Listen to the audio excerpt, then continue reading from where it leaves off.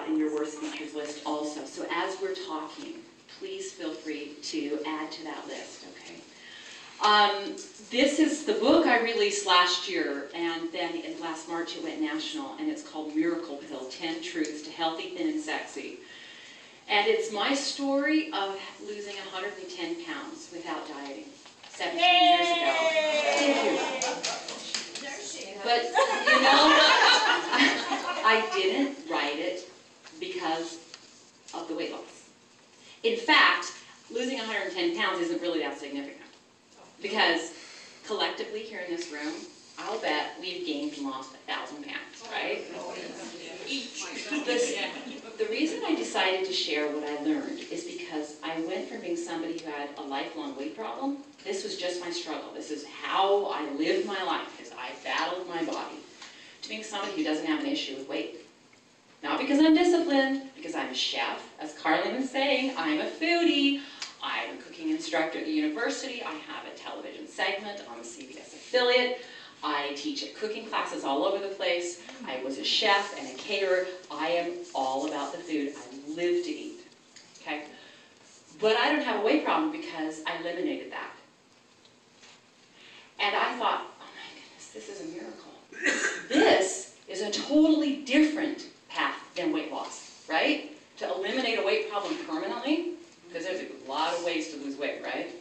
But to not have a weight problem anymore, that's a miracle.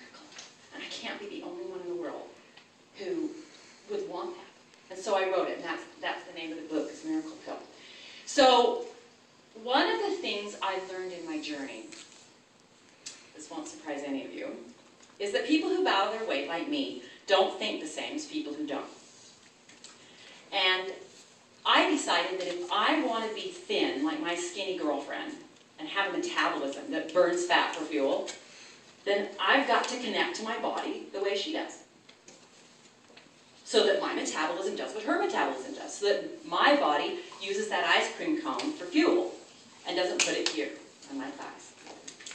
So each truth in the book is a connection to my body. It's a conversation. It's a way of thinking that I had to reactivate or learn so that I have the same connection in my body like a thin person. So in the process of sharing, I'm going to share, well, 2.5, 3 really good conversations that you guys can activate in the next 24 hours that can change your life forever and help eliminate the weight problem. So if it's okay with you, I'll start by just sort of giving you a little background on my journey, and then we'll get into these connections. 17 years ago, I stood naked in a hospital room in front of a mirror. And I was looking at myself, and I was so morbidly obese that I didn't recognize myself. It was as if I was looking at a person in a fat suit. And I had one of those life crises moments. It's like what you hear people when they fall off a cliff and their life flashes before their eyes. Well, that's what happened to me. And I looked at my whole life up to that point, and I saw bulimia, anorexia, every diet known to mankind. I had invented new diets, ones I don't recommend. The raisin granola diet does not end well. I had done excessive exercise, and then no exercise. So clearly I didn't know how to manage my body. And I was having such a serious crisis, and one of the most beautiful and the most profound spiritual moments I've ever had in my life happened at that moment. And I thought, well, you know, there might be a cute girl in there somewhere, but I can't see her. But God can see her. So she's still there. Just can't see her. And from that moment on, I looked at all those past behaviors that I just named, all those things that I did to damage my body, to abuse my body. And I saw all of that in one fell swoop. And I named it unhealthy. And I thought, okay, I don't want that. So what's the opposite of unhealthy? Right. So I thought, oh, I'm going to get healthy. Okay, so what's health? Because, you know, I did that Suzanne Summers Thigh Master thing. I did it until I thought my legs were going to fall off. And I did not look like Suzanne Summers. Not at all.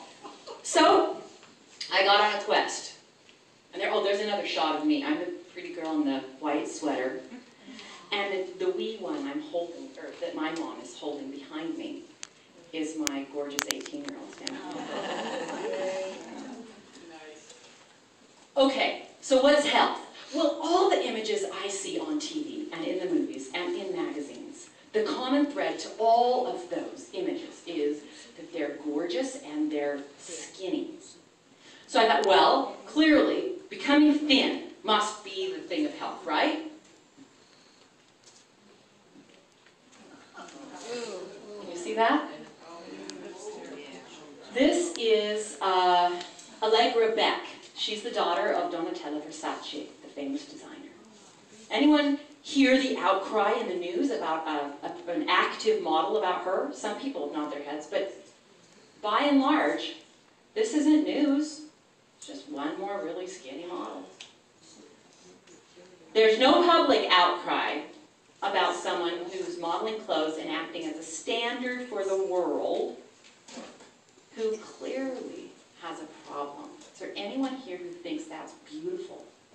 Well, I don't either. So clearly, skinny isn't health, right? And remember all the stuff I did? I figured out all that stuff's unhealthy, so I want healthy. So what I learned is that really, health is balance. Any organism that gets exactly what it needs when it needs it. Think of those old-fashioned scales. Any organism that gets exactly what it needs when it needs it is going to run at optimal, right? That's the design of things. You give your petunia some water and some nice dirt, right? And it's out there and it grows, right? A Ferrari. You give your Ferrari the premium. I point to the guys on this one. What do you put in a Ferrari? I don't own a Ferrari. You might be surprised to hear this. What do you put in a Ferrari? Do you put bad 7-Eleven gas in it? She says, did you hear that? She goes, you put a pretty girl in a Ferrari. You put premium gasoline, high-octane fuel. You service it right. You take it out for a spin. It can't sit under a cover forever. It's got to be run. Well, we're the same way. If we get exactly what we need when we need it, our metabolism goes faster. We run at ideal. And that's a truth. So, I just throw that in because I love the rocks image of balance.